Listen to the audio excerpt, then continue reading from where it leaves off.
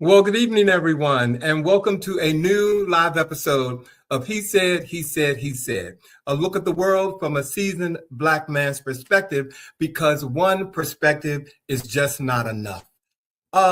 Ladies and gentlemen, we are at the end of February, and we are closing Black History Month. I want to say thank you to all of you who've been joining us the whole month for our shows. We are so glad that you have been here, and you guys have made this one of the incredible Black History Month that I can think of in a very long time. And also, tonight marks the 5th anniversary of He Said, He Said, He Said Live since we've been on the air. And myself, my co-creator, the late Bosch Bodie, and Jacques Whitfield, we launched our first show this week with the episode being Facing Your Fears. So how about that? But again, I want to thank you all for being with us for 5 years, and we have a lot more that we're going to offer you in the years to come. But happy anniversary to us. Our show tonight marks our closing conversation for Black History Month. And we wanted to end it with purpose, with power, and with information that truly matters right now. So we've invited a very special guest to help us unpack an issue that is impacting families, communities, and the country in a very real and immediate way. Tonight, we're joined by nationally respected immigration attorney Allen Orr Jr., founder of Orr Immigration Law Firm and former president of the American Immigration Lawyers Association, bringing expert clarity to immigration, deportation, and the law. At a time when confusion is high and the stakes are even higher, Allen is here to help us separate fact from fear and explain what people really need to know right now. And also happening this week, I need to, if you guys haven't seen this, it happened at the British Academy Film Awards called BAFTA, the BAFTA Awards. And during a ceremony this week, while actors Delroy Lindo and Michael B. Jordan were on stage presenting the award for special visual effects, a man in the audience shouted the N-word. The individual, John Davison, whose life story inspired the acclaimed film, I Swear, reportedly lives with Tourette syndrome. Now, let me say this clearly. Tourette syndrome is real. It's a neurological condition, and compassion for medical conditions really do matter. But here's where the discomfort sets in for me. The broadcast reportedly had a 2-hour delay. We've seen delays used to edit political statements. We've seen delays used to protect brand image. So how did the same delay being in place was a racial slur directed at 2 Black men allowed to air? That's not a medical question. That's a production question, and that's an accountability question. And what troubles me the most is the predictable pattern that often follows moments like this. The expectation that Black audiences should simply absorb the harm, accept the explanation, and move on. That our discomfort must take a back seat to institutional convenience. Delroy Lindo and Michael B. Jordan handled the moment with grace and professionalism. They continue to do their jobs. But professionalism should not require people to silently endure public humiliation. The issues here is not about attacking someone for disability. It's about whether an organization like BAFTA had a responsibility, especially with the broadcast delay, to protect the presenters and its audiences from harm. So when harm happens in real time, maybe it's unavoidable. I get it. When harm airs 2 hours later, that's a choice. And that's where accountability comes in, and BAFTA needs to do better and make this right. And before I bring the guys on, I also want to share with you something that happened this week that was deeply personal to me. And you all saw it. Last Sunday, the beautiful city of Puerto Vallarta, commonly known as PV, my happy place, found itself under attack amid violent clashes tied to cartel activity in the region. Reports indicated that the unrest stemmed from security operations targeting organized crime, triggering retaliatory violence that spilled into the public view. To see images of armored vehicles, roadblocks, and my favorite Costco, and the fear in the place that for me represents peace, joy, and community, it was heartbreaking. I've been going to PV for many years. It's a place where I go to reset. It's where I meet the ocean. It's where I have a sense of family. It's where people welcome you with warmth. And your dollar goes a long way in PV. And it's where life feels just a little lighter. Seeing it under those circumstances really shook me. But what I also saw was resilience. Authorities moved quickly, calm was restored, and the spirit of the people, that spirit I've come to love, did not break. I have prayed for everybody who was involved in all of that and who were there, for the families, the workers, the visitors, that they're all safe, for my friends who have property there, that they were able, and the people who were visiting were able to get out if they needed, to get home. And I hope that they continue to heal. But PV is more than just a headline. It is beauty, it is culture, it is joy. And I believe that it's already on its way back to being that welcoming, vibrant city that so many of us know and love. I love you, PV. I'm praying for you to get back on your feet, and I hope to see you soon. And ladies and gentlemen, I did not get paid for that PSA. That was truly from the heart. All right. So again, welcome to our show tonight. We have a wonderful guest here, and I can't wait to share him with all of you. So if you all are ready, let's get on with the chat.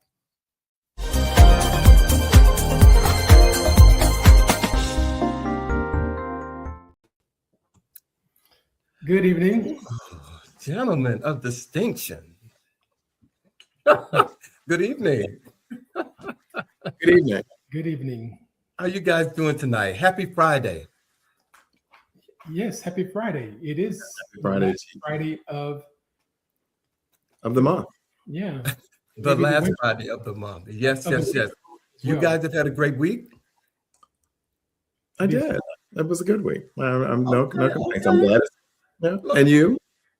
I did, ladies and gentlemen. Don't be scared. They all up here. They're acting like they're silent right now, but trust me, they got a word for you all tonight. So let me go ahead and have them say hello to all of you, so we can break that ice. How you doing, Monica? Kendall, thank you for being here. Michelle Sims, thank you for being here. Patrice Wallace, I missed you last week, Patrice. I didn't see you there, but thank you. Thank you. Rick Irick is here. I love seeing you, my brother. Michelle Bowie, hey, Michi. What's Mitch? Rose is here. Robert is here. Thank you guys for joining us tonight. Thank you. And thank you for the happy anniversary well wishes. Can you believe 5 years? I know. Oh God. 5 years. Look at that. Who knew? Whew.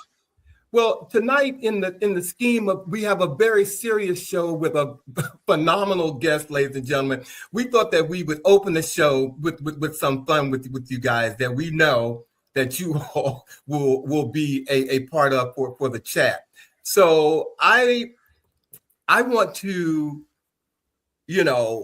bring you all into our living room very closely tonight, because we're talking about, we're going to take a step back. And we're going to go back in time. And we're not talking about Google or Amazon or streaming, just memory. We will throw out some images on the screen. And I want to ask you one simple question. Do you remember when? Ooh-wee. When candy stained your tongue. When a paper felt like powder. I'm sorry. When a pager, I said paper. When a pager felt like power. When the phone book was your search engine. So let's see who really lived it and who just heard about it. So we're gonna let Sean take it away. Sean, what you talking about, Sean? Yeah, this is pretty interesting because I do love going back into time, and so I want to start with the sweets, the candy, the sidewalk culture, if you will. Who remembers Pop Rocks? Now, the thing I most remember about Pop Rock was that if you put it in, I think Pepsi or Coke, there was a possibility that it would kill you. You remember that? It would explode. Like if you put it in the, like it literally would, pop up. Yeah. Well, I stayed away from Pop Rocks as a kid in the 80s. I've never had them. Well, you weren't missing too much. But I will say this. I do remember and still love my Now and Laters. It was like 5 cents for like, it came in little small packs, but like 5 cents for a pack. The Boston baked beans were a favorite of mine back then. Okay, I could eat those things all day as a kid. And who did not love Kool-Aid? And what was your favorite flavor of Kool-Aid? That's the question. Red. Even though it was grape. It was great. Well, and my family was cute because we would mix flavors. We do like, the grape with the lemonade. So, and it would have that little sweet tang. That was sacrilegious in my household. It was what? Sacrilegious to mix. And see, we have a viewer. Rose said that her favorite one was grape. Yeah, grape Kool-Aid. I think Kool-Aid was the first sign that I was obese as a child because it had so much sugar. And I just couldn't lose weight for anything. And as I got older, I realized it was all the sugar because I drank Kool-Aid every day. Religiously. Every single day. Yep. Well, thank you, Sean. I'm gonna take you back. Sean, that was real sweet. No pun intended. But I'm gonna take you all back that the reason why some of us are sitting here looking the way we're looking right now is because of the infamous Jerry curl. How many of you all remember this? I mean, look, your hair went from nappy to curly in a blink of an eye. Sean, did you have a Jerry curl? Because I know you say I did not. No. Well, some of them were wet, but then some of them were as I'm not gonna say if you made more money, but some people knew how to buy the ones that didn't drip on your clothes. Okay.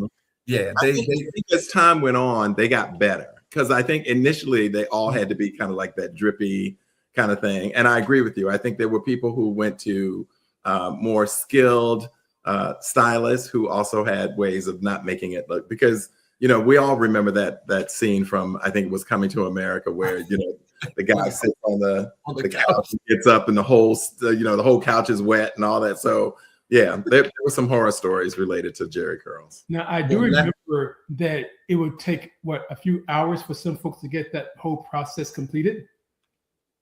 Ooh.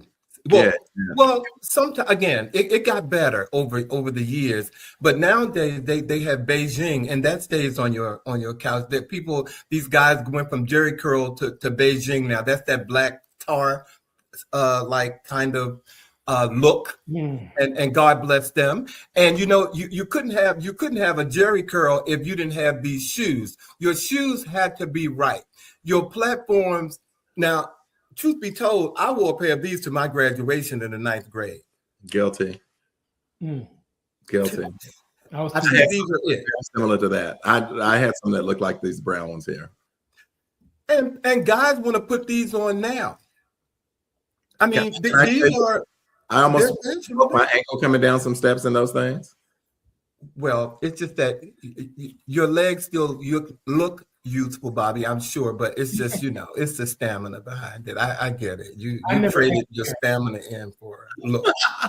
I believe it. And last, I want to ask you, do you remember when now people are wearing these right now, high-waisted bell-bottom pants? How many guys are you not seeing in some of these award shows trying to get their waistline cinched so that they can wear pants like this? And this was sexy.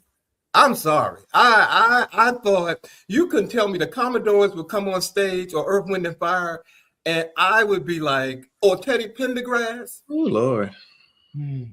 this is a take me back session for sure. Yeah, I mean, this is how they look. And to be honest, nothing sagging. You don't see nothing sagging. Nope. You know, if Nope. they turn around, you don't see no pants sagging off their behinds or anything like that. You did see some mighty low plunging shirts, as this brother. People wouldn't button their shirts for nothing, but there was no pants sagging. No. It was, So a great look. I still like that look. But how many people today, even those in the 20s, have a 32-inch waist or 30-inch waist? Well, Troy Patterson is in the house. He said they make body contouring for men now. Thank you. Thank you. And with Wegovy and some of these other. Oh Lord. Okay. If you want a 29-inch waist, you can have a 29-inch waist. You can have a 29-inch waist. Okay. You can pay for it. Okay. Yeah, but I'm gonna take this in a slightly different direction. Okay. And that is the direction of technology. Let's go back a little bit in terms of technology. Now, our first image here is one that one may question. Now, some people may think that click-clacks aren't technology, but let's define technology properly. So if we define technology, that it is the application of tools and materials to create function. And in the 70s, these little plastic spheres that many of us remember on a string represented materials, engineering, physics in motion, and even the beginning of modern toy safety regulation. So yes, this was technology. And Alvin and I were discussing previously that, this was an acquired skill with click-clacks. And once you got it, you were jamming, but everybody at least hit themselves or hit somebody else accidentally with one of these damn things and almost knocked somebody out. Well, as we would have our chief educator on here to let everybody know that click-clacks was technology. A little bit of technology as well, but a little bit of technology is good. But Bobby, I didn't know that, so thank you. Absolutely. And we want to hear from you all because I know that some of you all that are watching remember these dang on click-clacks. I know they did. Okay, Troy's still talking about body contouring, but So in addition to click-clacks, let's look at who didn't have a pager. Remember these? Well, most of the people that had pagers when I remember them, they were like either, players, drug dealers, those were the people. Or cheating. Or cheating, right. That's why I said players, like, who had pagers, okay? Now, everybody, of course, has, their cell phone, their laptops and all that kind of stuff. It wasn't the case always, people. Let's go back. Mm-hmm. Bam. You remember these babies here? Click. That's how I learned to type. You learned to type on one of these? Mm-hmm. So don't tell me you don't remember some of the stuff we're talking about then. If this is what you learned to type on, Sean. I went to a very small rural town, Bobby, so we had no money. Lord. I think they should put these back in schools. I really do, because right now we're dealing with children who don't even know how to cursive write. They don't. You give them a pen and say, spell your name. If it's not on a document that they can type on, a lot of them. It's true. It's very true. They don't know how. Last image for technology. Do we have one more? Is that it? Was that our last technology? No, I think more. Oh. Okay. I don't know about you all, but we all had this little area and the phone that was like right there. And in some cases, let's not forget that lovely princess phone that was often on the wall with that coily cord that stretched maybe 5,000 feet. So you could pretty much walk through the entire house. That's when your parents knew all your business. Your business. Because you had to sit right there because the phone wasn't going nowhere. Mm-hmm. And I think that's when a lot of us, we were kind of living a holy life and we weren't, out in the streets a lot. Are we spelling HOLY or holy, right? Ladies and gentlemen, he said, okay.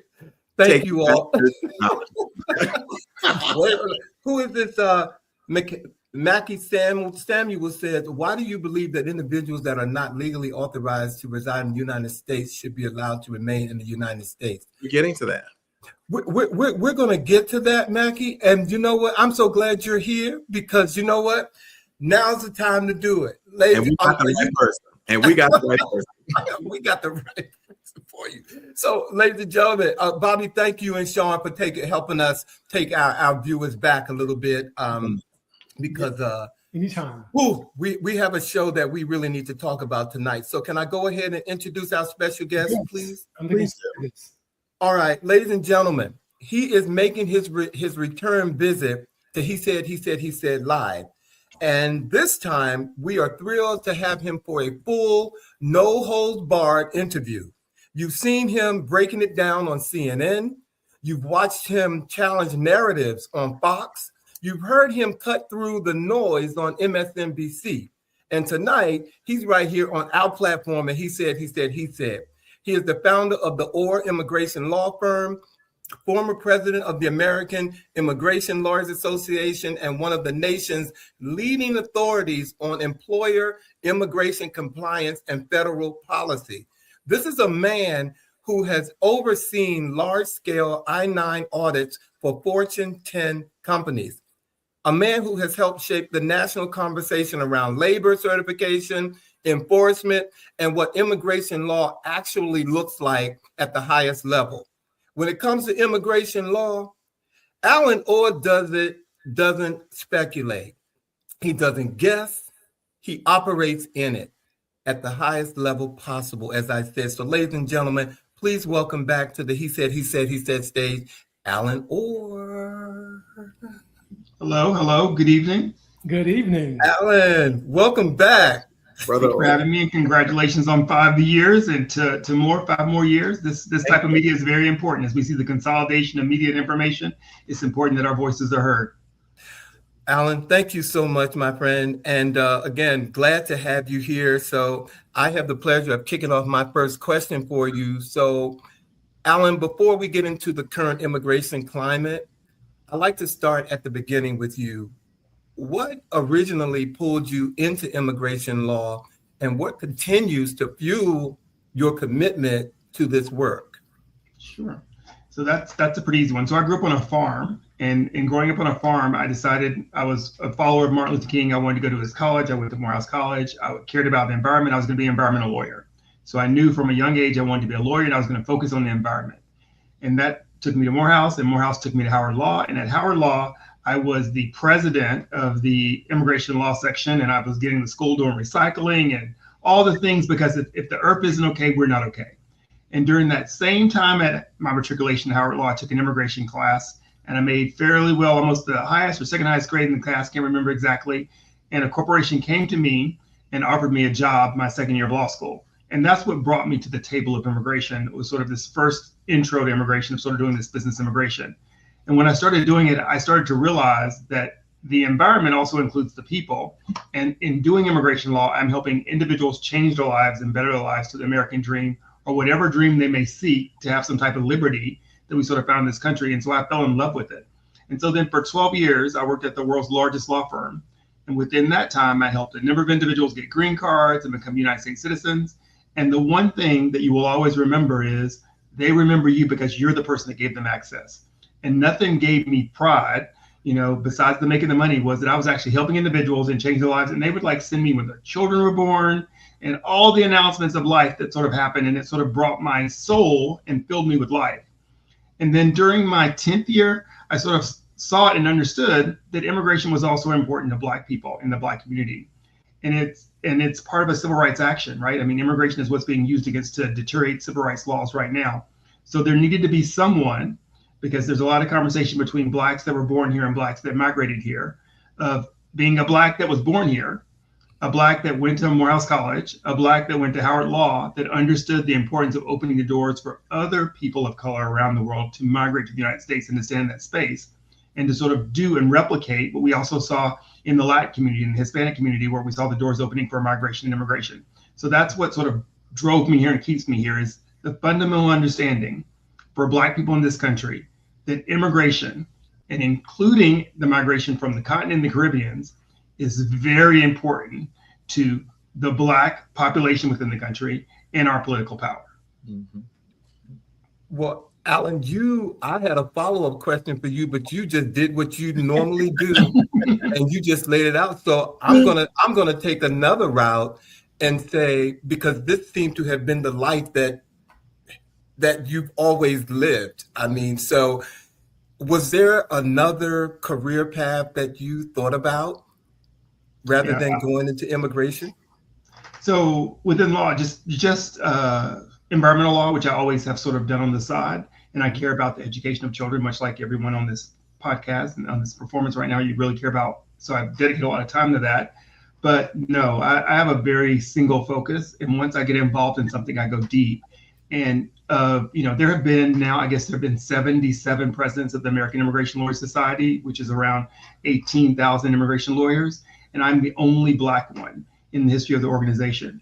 So in order to achieve that, it took me, a good 15 years to sort of get the focus and to sort of build up the momentum to get there. And then once in the position, people sort of didn't know, people think it's a DEI thing until you get there and you lead in the way that you lead. And so it was important for me and important for me today to remain in that space so that people know that immigration is also about Black people. It's also about us.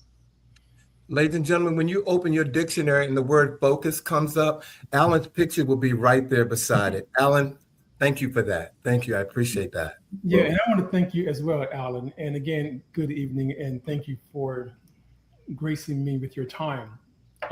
When I hear you, I'm hearing Dr. Martin Luther King Jr. because people forget how the civil rights legislation came about, because immigration was a big part of that. The March on Washington also was about immigration. And so things have changed over the last 60 years. So with that being said, okay, now you are on the front line when it comes to immigration. You're, like I said, you're the lawyer, you're the bar leader, okay, and you're a policy strategist. So how has your understanding of power when it comes to immigration shifted over the course of your career? And where do you think that real power sits today? So I think it's important that we go back in time, and I'm glad that you brought up Dr. King and his movement for the United States and the world, because when we think about this country, it is civil rights movement that made the country what it is today. So without the civil rights movement, there would be no immigration for anyone, right? The Civil Rights Act changed immigration for everyone and open immigration for around the world. So it is the Black people and the other small communities that joined together to change this country in the civil rights movement that allowed for the migration that we have today. And so on that foundation, everything else this country has achieved is based on sort of that migration, right? The students that came here, the people that fled here, the people who created companies, the building of the world around it. So in that is the power of the promise of the country, which we should hold people accountable to, right? That's what Martin Luther King reminds us of. We just want you to be who you said it was on paper. Yeah. And once we saw this sort of increase that we sort of saw through the 80s and the 90s, right? And really during the 80s was the big influx of Black immigrants to this country from the Caribbean and from Africa. And as of last year, the largest educated group of migrants came from Nigeria across the board, right? Mm-hmm. So out of the world, they were coming from Nigeria. The best doctors were coming from Nigeria. So when we think about this power of people, we think about the connection of the world and the promise of the country. And right now, what we see in every arena is that for whatever reason, people who of a fiction, right? So we think of race as a fiction. In my world, it's a fiction that's created in books just to divide people and separate them. People who are white have decided that there are too many others coming here and they're taking something away from us. This sum zero concept that really doesn't even exist in this country, right? When you sort of look at the heads of companies or anywhere, it's generally all white men. When you look at Congress, when you look at the Supreme Court, when you look at anywhere, there is no real threat to anyone losing any power, but they see the population, the change and the shift. And one of the things that you sort of talk about in the evolution of people is you could probably get a white person from a Black person, but you can't get a Black person from a white person in migration in any way. And as they see that change in this country, there's a threat to them because they don't see a world where everyone can sit at the table and survive and build together, which is a fiction of this country. And so the real power has always been held in that room that decides who comes in and who doesn't come in. And this administration has proven that the executive branch is not the right branch to hold the power of deciding who comes in and who doesn't come in. Executive alone is the power that belongs to Congress. But in the Congress has done nothing with regards to this. it now becomes the executive branch sort of playground to sort of push the limits, not just the limits of the law, but the limits of the very things that protect us, equal protection, right? The right search and seizure. All of these things that are protected us under the Constitution are under attack because of immigration. Also because of immigration, we now see that 70% of Africa right now can't get a visa to come to this country. It is changing the way the country looks by controlling who will migrate here. They realize over time that you can't stop the numbers within the reproduction within this country, but what you can do is stop for people coming in. And in this space is why we now see attacks on birthright citizenship, because they say, okay, people are going to birth. There's this interracial marriage thing going on. There are people who are becoming browner and browner. How can I sort of attack this? The only way to attack it, besides the exclusion of immigration, is to start saying, you know what? You were born here, but you don't get to be a citizen because your parents weren't a citizen. Mm-hmm. That was very profound, and there's a lot to take in there. So if I understand you correctly, you're saying that legally the power sits with Congress, but right now the White House is kind of taking that power. So what can Congress do to claim its power when it comes to immigration? So I think the first thing we need to do is we need to change some of the members of Congress because they've been there for a while. And I think it's consistent among the both parties. It's been over 30 years since we've had any immigration reform, and that's on both parties. People are playing games with regards to people's lives and the way we treat individuals. We're building secondhand citizens that we said after World War II did not exist. And that's a problem in itself, right? Those are just issues of humanity with regards to treating people like chattel and things. People are not things. So let's remove that concept from the conversation. Congress needs to be reformed and then pushed forward. President Obama sat at the chance to change immigration, but he had to choose between doing one thing at a time, which I hope whoever takes the next lead does it the exact same way this administration, do everything at one time, right? Don't wait. He did healthcare, and once he got healthcare, he didn't have the numbers to do the immigration. Then there was a lot of change within the country. People challenged different presidencies. We got to the end of the Biden administration. There were challenges on immigration and the border. President Biden presented an immigration bill. Congress accepted that immigration bill. And then the current president, who was not the president at the time, said, don't pass it because I want to use immigration to run on immigration reform. So as we look at the State of the Union and we think, oh, this president was saying we had open borders and all these things that occurred, that is not true, because there was a bill that he stopped that was going through Congress, which is the right way to do it, that was almost 99% enforcement. That could have changed the way we sort of look at the world. So change Congress first, then have Congress know that this is important. And part of that is we need to be more active in voting. Right now, there's a chance during the midterms for people to go out and make sure the right candidates on the ticket to choose between the different parties. We need to vote at a higher number to make sure we get the people in office that actually care about us. We have a Congress full of people, everyday people, which was cute in the beginning of Congress. But in this stage of life, we need some type of philosopher people in there, or some people who are going to really go in there and vote for office. I believe that there are some individuals who have GEDs who belong in Congress. Ms. Boebert is not one of them, because she does not represent what this country's best is or what the best interest of the company is. When you have a bunch of people who are car salesmen, business people, dentists, eye doctors in Congress who don't know everything that Congress has control over, and they're sort of randomly shooting in the dark, they might not make the best decisions for the country. And we see that now in this AI arena where there's been no legislation on AI, and now we see AI might take 50% of the jobs, or it may act without prompting from a human that could lead to our destruction. We need to be smarter about these things. And we have a body that is Article 1 of our Constitution is Congress. So Congress needs to take care of all of these things. Thank you. Thank you. Allen, in this current immigration climate, we hear a great deal about tough enforcement, extremely tough enforcement. And you have framed it as both a constitutional and rule of law crisis.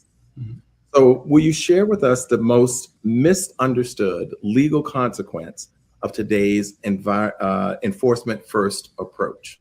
Give us a little bit of insight on that.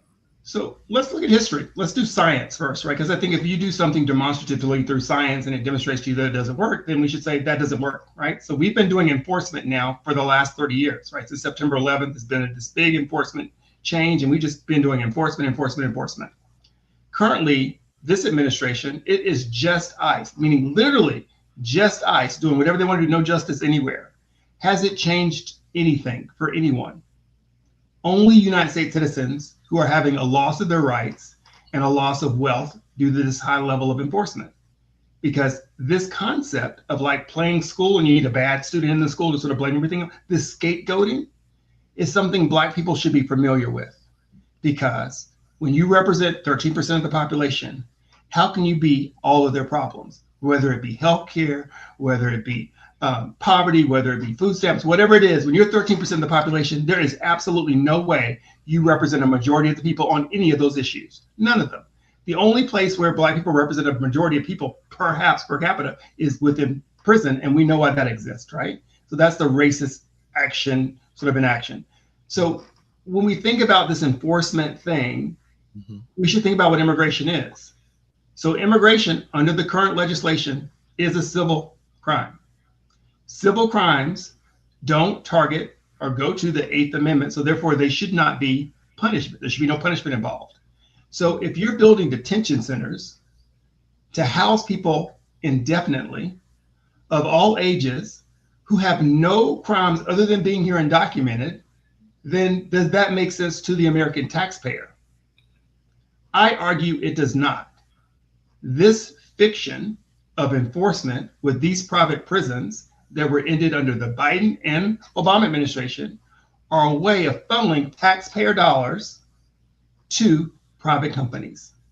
One company in 1 year had a profit of $25 million to detain some 70,000 individuals. You can almost do the math. You could give the immigrants the money to go home. It would be cheaper, right? And we're talking about children and the like, right? Then we have people who were deported to a third country that has recently been stopped in court that we spent $40 million to remove some 300 individuals. Math-wise, that's around $133,000 each. That's just to remove them to the country. That's not the flight, that's not the food, that's not the arrangements. It's not cost beneficial for us to do enforcement only to these individuals. Absolutely. Equity-wise, most of these individuals have been here for 10 years or more. If you just walked across the border yesterday and you're deported, I have no issue with that.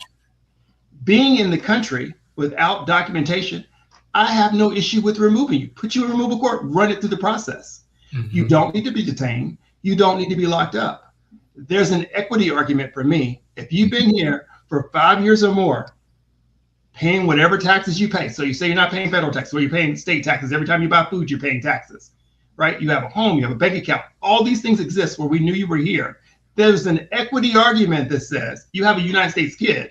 There's an equity argument to me that says you knew I was here, or you should have known I was here. If you didn't do anything within that time period, then I have a right for staying here and remaining in the United States, just like the damn Pilgrims did. So if you want to have a conversation about the history of this country, then let's have a conversation about the history of this country, because some things are artificial, and that's one of the things that's very much artificial in the States. And to end this for you, in no circumstance, in any world, should someone die in immigration detention. And so far this year, we've had 30 people die in immigration detention for a concept that someone says they don't have the right papers to be in this country. You call it undocumented papers. You shouldn't have to die because you don't have papers. It's unacceptable. It's unacceptable. Thank you very much for that. But I want to follow up with a very quick question for you. Now, here in DC, I've been driving through the city and seen an increase in National Guard and the presence of ICE agents, for instance, and actually came across once an actual apprehension being in progress. What does one do? How can one be helpful in the moment of coming to witness something of this nature? Because it's really unsettling. You don't know what to do. You're trying to stay safe yourself. But if there's one thing that one can do to be of help in that particular situation, what would you suggest they do? All right. So don't stop the police officer from doing whatever duties they're doing. That's first. Second, you should record everything and take notes to the best of your responsibility. You can shout out, is there somebody you need me to contact on your behalf? And they shout back to you, that's a conversation. And I think that's the second phrase of where you are. I think primarily the first phrase is, what if it's you, right? More than likely, and we've seen in Chicago, the chances of it, in Minneapolis, the chances of it being someone over there, but it might actually be you. It might be you, the African-American that's born here that doesn't carry their birth certificate, that doesn't have their passport, right? Who looks with curly hair, or maybe biracial and present themselves, or may speak Spanish as their primary language that stopped. And those concerns are more at heart to me of saying, how do you prove your citizenship and what should your concerns be? And for me, the first thing is, it's time to get your birth certificate from your mom, unfortunately. You need to know where it is. You need to have it with you if you don't have a passport. You can have a copy of it, but now is not the time to risk not having these documents on you, because if you are detained and they suspect you are not a citizen, then you're gonna have a week's worth of detention before you're able to get out. So you get to make that decision, that choice, to be prepared to avoid the issue. While there's no regulations under the law that you have to carry those documents with you, my answer to you is, it's not required, but let's not have a dance right now with this administration that does not care about us, who's gonna lock us up in a situation that may present us with a large problem. If you don't have a passport because of financial issues, you can apply for a passport from the State Department with a fee waiver if you get other public assistance. So if that's your issue, then definitely look at that right now and start getting your passport for everyone in your family to sort of have those concerns. Generally, when an ICE officer stops you, here's the interaction that goes through. First thing you say to them is, I'm a United States citizen. An ICE officer is the equivalent of a mall cop. They have no jurisdiction over United States citizens unless there is an emergency. So once you distinguish that you are a United States citizen, they should let you be on your way, right? If they detain you, the next answer is, am I free to go? If they say you're free to go, go on your merry way. If they don't say you're free to go and they're detaining you, then ask for a lawyer and then remain silent. Now's not the time to have conversations. In all circumstances, if you are an individual on a dark road or by yourself, ICE is generally 4 to 6 people deep that you've seen now in ICE investigation. So if it's 1 or 2 people, I would pull into some place where there are people that are going to see you. Pull in front of a camera. Look for those things that will help you save your life, right? Give them the indication. Put on your blinkers. Put in your hazard lights and say, I'm just going somewhere where people can see what's happening, because you don't want to be isolated in any interaction with law enforcement. Allen, thank you. I'm sorry, Bobby. So first of all, let me get to a couple of questions. Wow, you guys, I want to start with Mackie Samuels. He said, although there are some systemic issues with mass incarceration, do you also believe that abhorrent behavior and criminal activity from the prosecuted are also responsible for mass incarceration? So the answer is no. So let's just deal with the reality. Once again, let's go back to science. 70 to 80% of the individuals who are locked up in immigration right now have no offenses, none at all, not even a traffic violation, right? Overall, in history of the United States, people who are foreign-born create way more crimes than people who are foreign-born because of the very reason of being excluded, right? So those are just issues that exist in that manner. Now let's talk about the people they've been detaining, right? People with young children. So if you didn't go to school for criminal justice, I will just tell you this fact. Google it if you don't want to believe me. People with young children are less likely to create a crime than people with no children.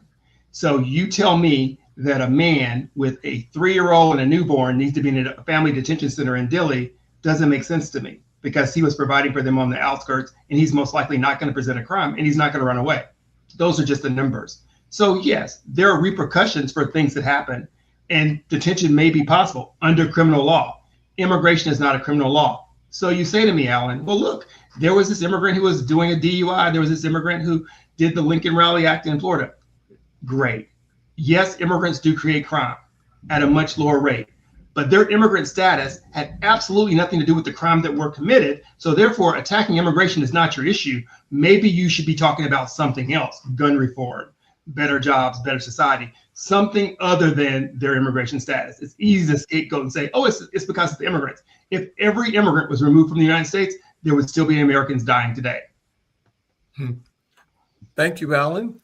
So, Allen, you advise major employers on compliance and risk, but you also talk about dignity, equity, and worker protections. how do you connect corporate immigration strategy with civil rights? Right. So I think we should remember that the funneling and the change was financial for civil rights, right? It made sense for companies to do this change. And it would make sense for companies who know that they survive on sometimes undocumented immigrants under the lower half to change the system. So what we see, with Walmart, we see it with Tyson's Chicken, we see with most farms, is that it's difficult to find an American who's willing to do those jobs. There are many cases where a company will hire someone, give them a cell phone, and put them on this job, and they won't even make it to the end of the day, picking strawberries, blueberries, or the like. And if we lose all the farming in this country and we have to import all of our fruit from other countries, we have a number of concerns beyond cost, right? What was the soil? What are the conditions? What pesticides were on them? All those different things.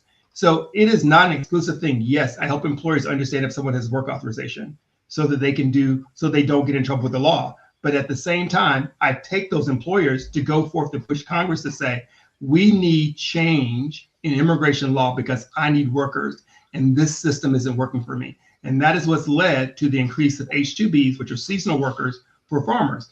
That's the push that needs to happen. You can have both. It isn't a matter of saying the rule of law doesn't work. This country is based on having a pool of people who are underpaid or undocumented consistently. The table would be better if everybody had an opportunity to sit and say, I'm here. Even if they don't get citizenship, they might not get to vote. Many of them just want to work and enjoy their lives in the United States. So, Allen, what happens to American workers, Black workers in particular, when immigration debates are framed as competition instead of policy design? That's a great question. So let's start with the philosophy of work, right? If you think sum zero, because that's what this Western world teaches us to think, then you think there's a lump of jobs, right? And out of that lump of jobs, so many things can happen. Well, that's a fiction. There's not a lump of jobs, right? You just did the remember when, right? That telephone operator, she ain't got a job anymore. She's not picking the phone and calling people all the time. That little store that was on the corner selling, the now laters and whatnot, they don't exist that much anymore outside of the bodega with just candy on it, those little side shops, they don't exist anymore. Tons of jobs change with technology and time for the advancement of civilization. So you shouldn't think of it as a competition. That's how they win. They sit there with a pile of cookies on their plate and one cookie for the other person to have. And they look at you and they say, that person's trying to take your cookie when they have all the cookies. It is not the immigrant that's limiting you from your job pool. And you should not be assigned or relegated to the jobs that immigrants are doing. Why do people who've been in this country for as long as the other people need to have second level or third tier jobs under their own assessment? Why do we need to have the manual jobs, right? Why are we concerned about white people having those jobs? That sort of fiction that exists in the world. And things have changed. We know that in a lot of fast food places, many people aren't American or first generation because you can't make enough money to live. That's a living wage issue. That's not a job issue. So this competition thing is on different sectors. Let's start with the first one is some of the jobs Americans don't want to do. So that's number one. Number two, that neuroscientist job, you weren't going to do that job because you don't have the degree. So if that immigrant took your job and you never had a degree, then that's a personal problem. Number three, we need to choose and educate our children better with regards to the occupations for which people are hiring for. We still do this industry where we think, oh, I'm going to be a business major. But I don't know what that is unless you're going to tell me what after you're going to do with that. I'm a philosophy major. Great. What after philosophy? I'm a law degree. I got a law degree and I knew I was going to be a law. You can have a general studies degree, but what are you practically going to be doing? We have shamed the industries that built up Black society. We don't want people to be plumbers and landscapers and welders anymore. There are no American welders in this country. People with a trade, right, have a lot of different skill sets. And the first one being, you know what that AI company is not going to be able to do? Plumbing, construction, wire your home, right? But you know what they will be able to do? General business skills, general accountant, all of those things. So when you're thinking about the future, your challenges right now shouldn't be the immigrant. You should be worried about AI. And they have told you so, right? Today, Jack Dorsey at his Cash App company said he's laying off 40,000 people because he can get a computer to do it better. Wow. Amen. I mean, there is a lot to unpack there as to what you're saying about corporations and farmers and who would be working on these jobs. Now, you have done a lot of work when it comes to I-9s, and of course, you did an audit with a big Fortune 10 company, I think with about 250,000 employees. So with your experience, with what you did and that experience, what did that experience teach you about how unprepared many corporations are when it comes to immigration enforcement? So let's frame this in different worlds, because that was for a merger that was happening that I did my audit. Okay. Right now, many of the audits are directed by ICE. And when we talk about Minneapolis and Minnesota, many of those are directed at mom and pop shops, 10 employees, 25 employees that would never see an audit in the past, right? It is the doorway to sort of get in and get more information. So it's paper, right? And when you're trying to get a lot of work done in your small company, there's a lot of compliance issues that the government could remove from you and make easier instead of making harder. And this I-9 thing, while important, was created, right, way back when, not so long ago, as a way to verify someone's work authorization so they could work in this country. And many employers either don't do it or don't do it correctly. And there is training from the government, but in the course of everything you have to do, it becomes difficult because it's not the type of thing that someone's going to come in and check for you, right? It's not like the tax form that's filed with the government or something of that nature. There's going to be this yearly check. So what happens is you're a company, you're operating, you have all of these violations that happen over time because you don't train on it, no one's corrected it, no one's checked it. And so when the government comes by, they're just collecting cash because you didn't do it right. Time has already passed. The 3-day window's gone. We're going to fine you. So getting I-9s right for employers that are required to have it is super important.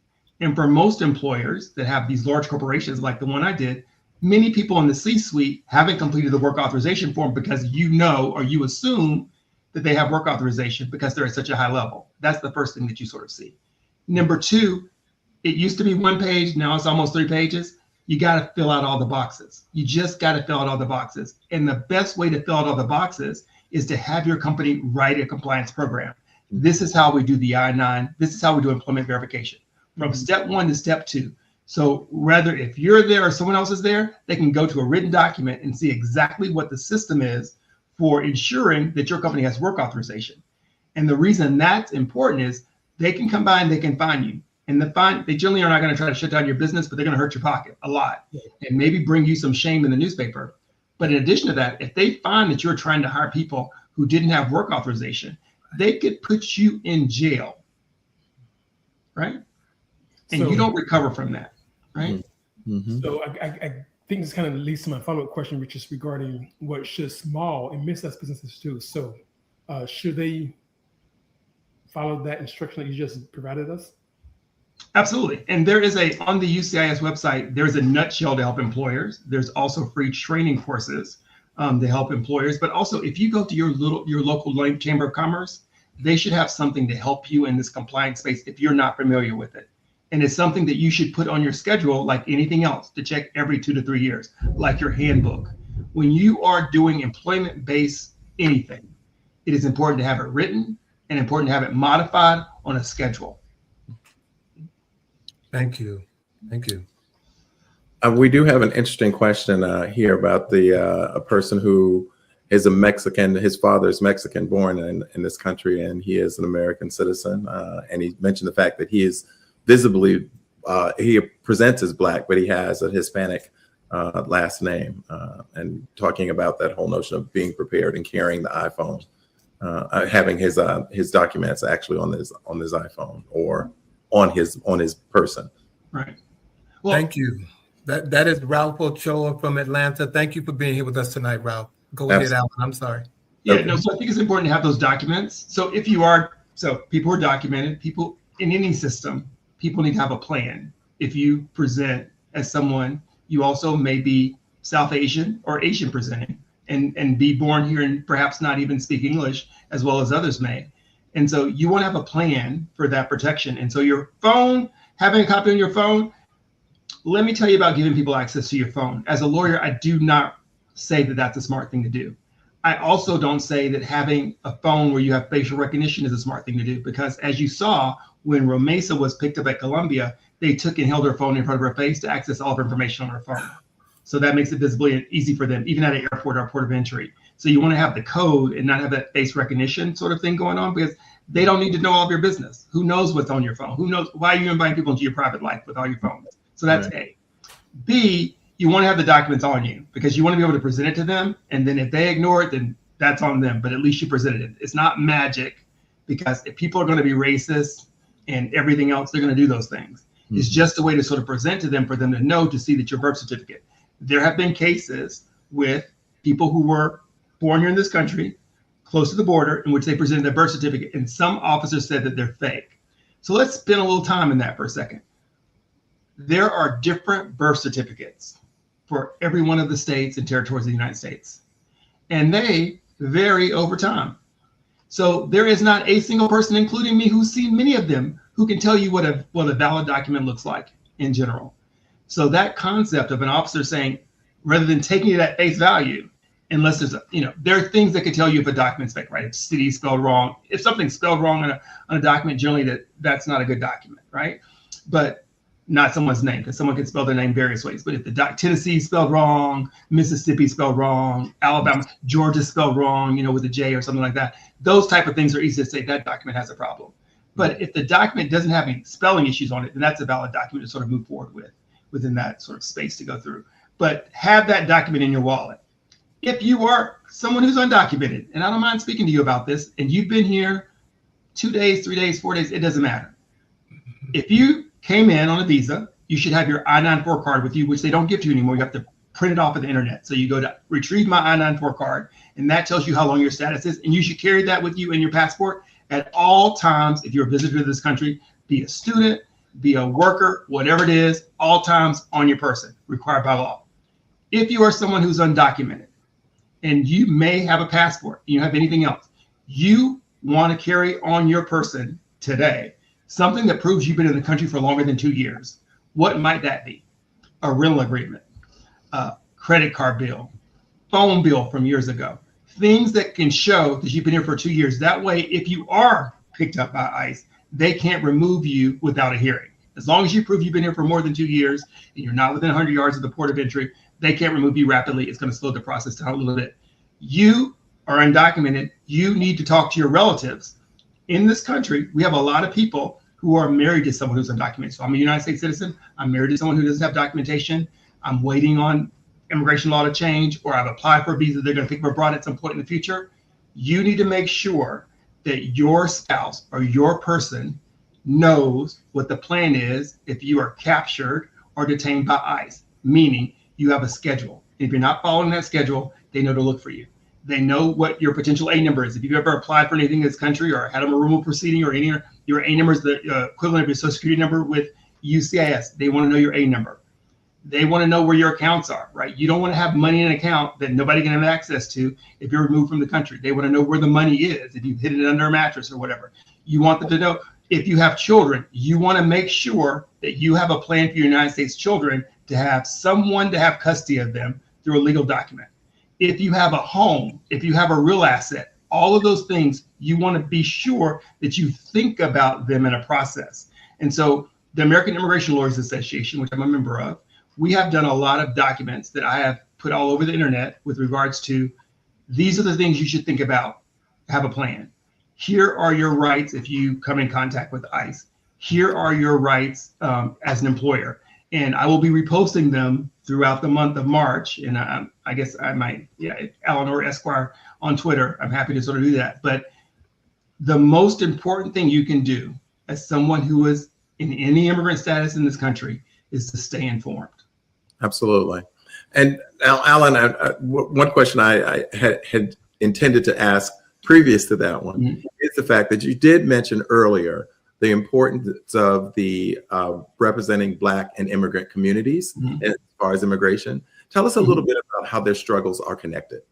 Okay, so the struggles are connected in that now this administration has a laser focus on stopping Black immigrants. And you say, how do you know that, Allen? Well, because they've already blocked off immigration from the continent. They've attacked Black immigrants in Minnesota who've been here for decades that were invited here, right? The Somalis didn't just sort of happen overnight. We caused a civil war in their country, and then we, under President Bush, invited them here, and then they've been here building the society for a long time, and now we want to say, oh no, you're not American enough. Like, so that's an issue. So at every angle of the immigration issue, whether it be detention or anywhere else, you will find that it's Black and brown immigrants that are either being detained, removed at a higher level, or excluded through programs that existed for a long time. The diversity visa program ended, right? Sort of concept. Stopping the student visas from these places, making it impossible for them to process from abroad. All of those things are laser focused on these Black communities. We know now that there is no stable government in Haiti, regardless of if the transitional team has ended. There is absolutely no reason for this country to remove 300,000 Haitians back to Haiti when we know it's not safe. And we have returned people to Haiti that have actually already been killed. So under those circumstances, we know that that's not the right thing to do. We also know it's not the right thing to do to put the children and those immigrants in long-term detention, pulling them out of the workforce, because many of those Haitians are working as home care provider for elderly people in this country, or some of them are being teachers. There's a wide variety of jobs they're doing. When you decrease the number of jobs in a society, it doesn't mean that other people are going to fill those jobs. And what you do is you shrink the economy.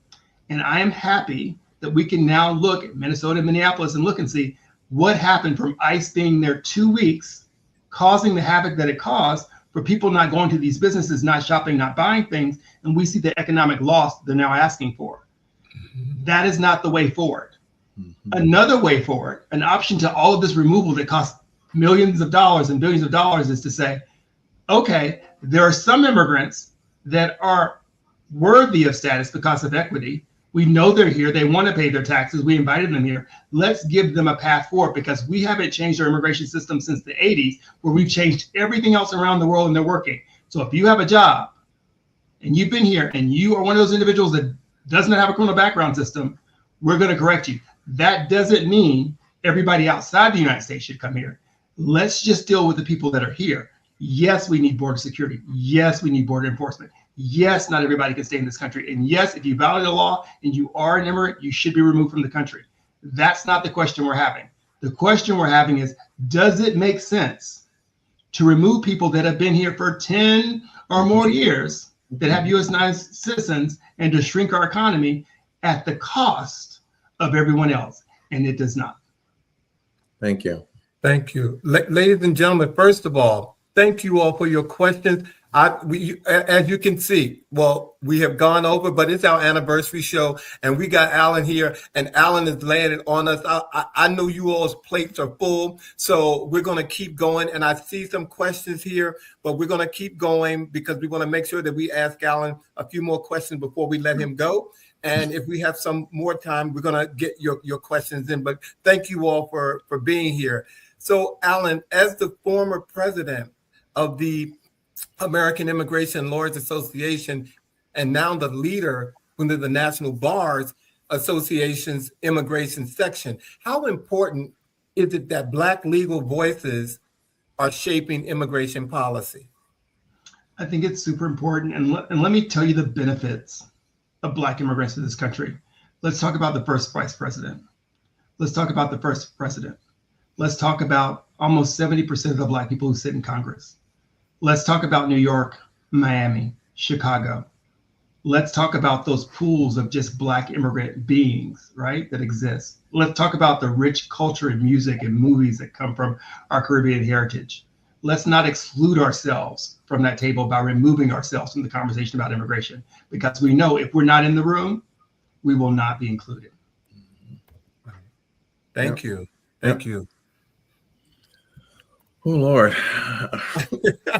It's a lot. It's a lot. It's a lot. So, you have the next question, I think. Go ahead, Bobby. I'm sorry. I was getting ready to ask. Go ahead. Mm-hmm. No, I was going to I thought Sean had the next question, though. Am I wrong?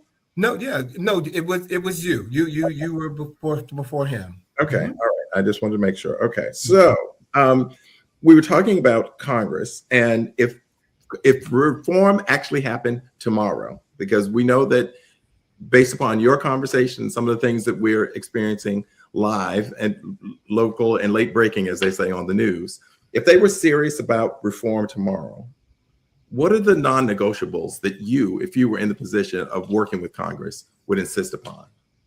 Sure. So indefinite detention, non-negotiable, right? The equity that exists under the civil rights frame, non-negotiable, right? We're not sort of doing or excluding or treating people based on their nationalities. Your nationality does not make you a threat. It's an individual assessment on a case by case. Mm-hmm. Those are the non-negotiable sort of things of fundamental rights and human rights that should be in everything that we do in this country. The things that are important to sort of consider is we shouldn't give more money to enforcement than we do to growth. Our country has a foundation in which we provide more money to the military or more money to the prison complex than we do to the things that will prevent us from needing that. That's why shutting down USAID was such a horrible idea, right? Because that's sort of the soft powers that keep creating the immigrant influx to this country. We need to be broader in perspective and not just limited in a short-term view for a long-term problem. Mm-hmm. Mm-hmm. Thank you. Yep. Sean? Yeah, yes. I am getting an education tonight. Very much so. He's dropping wisdom. Yeah, but I know that with our short time here, there's still so much more when it comes to immigration, because I can hear your wealth of knowledge, and I want to sit with you and have a dinner at a very nice restaurant and just talk for hours, but we can't do that. But let me get to my question. So there is so much misinformation circulating out there about deportation and asylum and employer liability. Let me ask, what is one top myth you wish people would stop repeating when it comes to these things, deportation, asylum, etc.? The first one is that you can apply for asylum outside the country. That's functionally, you can't do that. Asylum is regulatory and it only applies to people inside the country. The second one is asylum is legal, right? After World War II, we decided after what we saw happen to our Jewish brothers and sisters that we were never going to let that happen again, and that there'd be a process to vet these individuals through asylum. And this is the big picture. If we wanted to change immigration, there's a way to do it. You pass an immigration bill. You don't do it through one branch of government. One person should have no decision over the equities of all the United States. Yeah. So if you want immigration reform, pass an immigration bill. A president changing policy only lasts for as long as that president, whether it be Obama or Biden or Trump. That doesn't make consistency that leads to business. Write a bill, pass a bill. That's the way to do immigration reform. And if I hear you correctly, based on everything that we talked about tonight, I think you've already answered this follow-up question, and that is illegal immigration a major problem as it is being reported? Why not? Yeah, so I think let's have a conversation about legal, because I think that's really interesting, because let's in this space, let's talk about legal marriage, right? What does that really mean that someone in our society has deemed it to be legal? So it's a spectrum. And I don't mean that as a lawyer to say that things are not legal or illegal, but immigration specifically is a spectrum.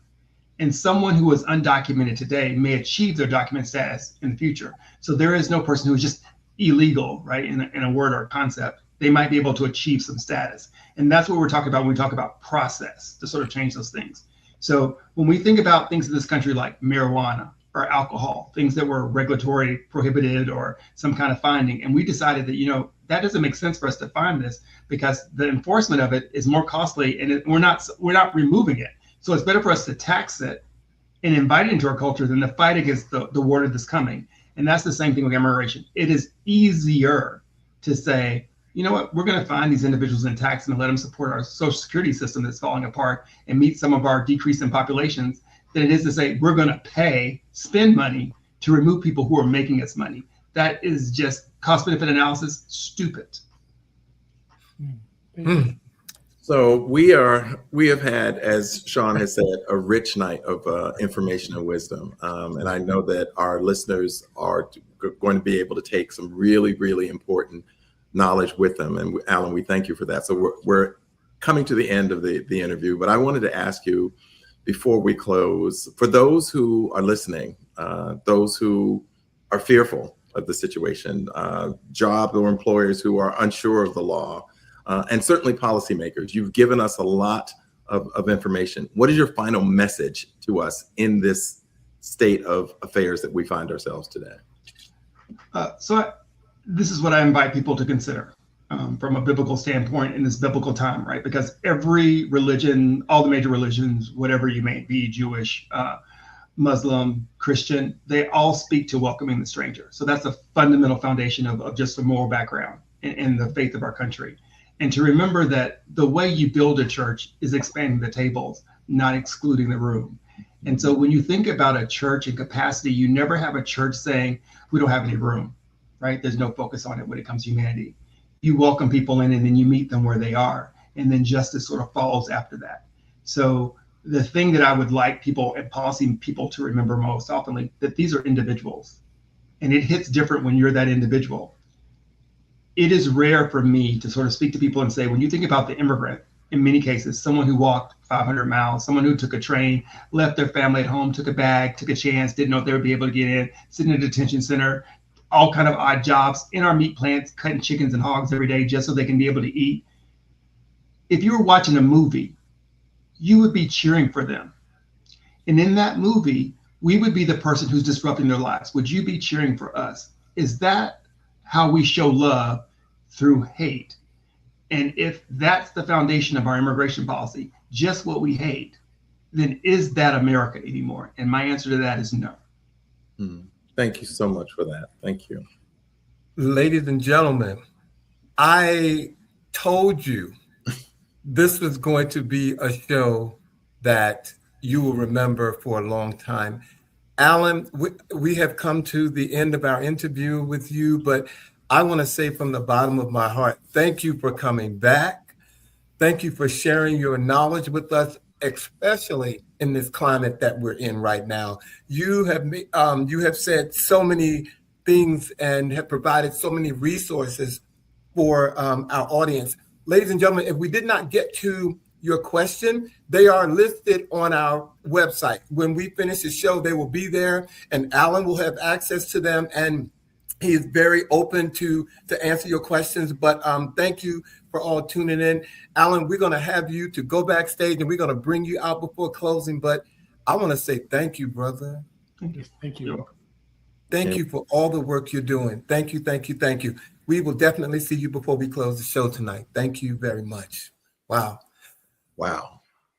Yes, indeed. Lots of important information. This is when he said is service to our community. Absolutely. And I couldn't have said it better myself, Bobby. This was incredible. Well, wow, ladies and gentlemen. Well, again, we are at the end of the show. And I wanted to, before we close tonight, I thought it would be appropriate, which there's lots of it, but I thought that we should have some Black excellence that we share with you. And if you all are ready, let me share some Black excellence.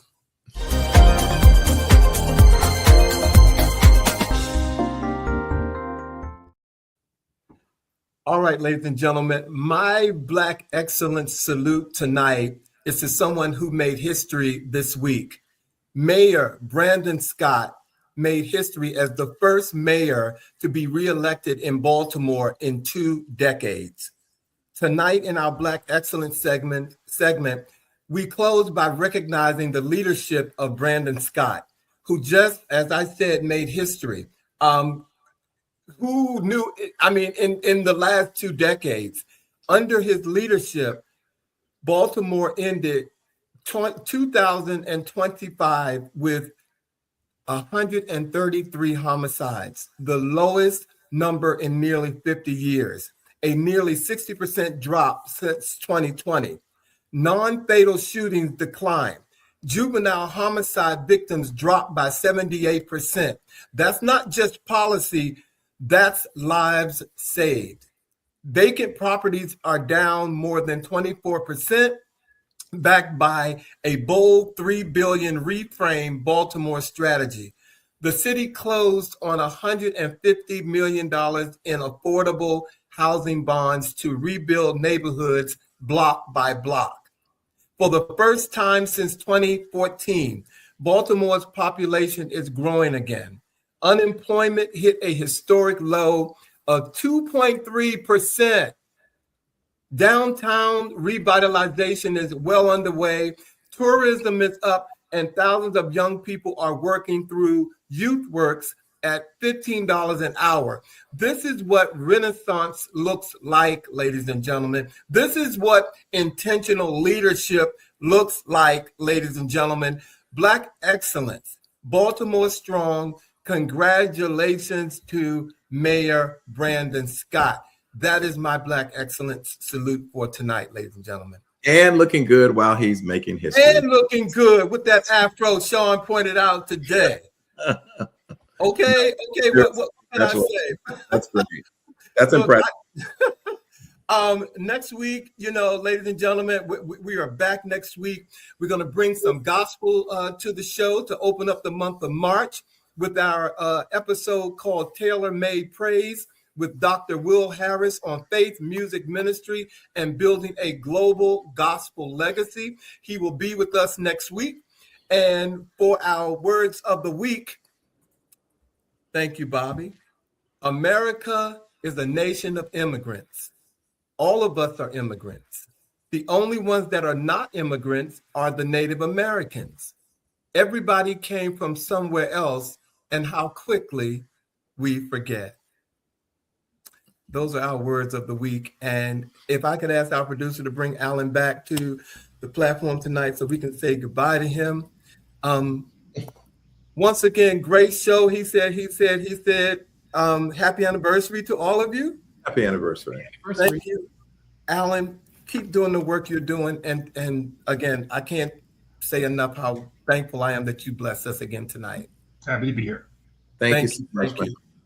All right, ladies and gentlemen, it's supposed to be beautiful in DC tonight, this weekend, but no shorts, please.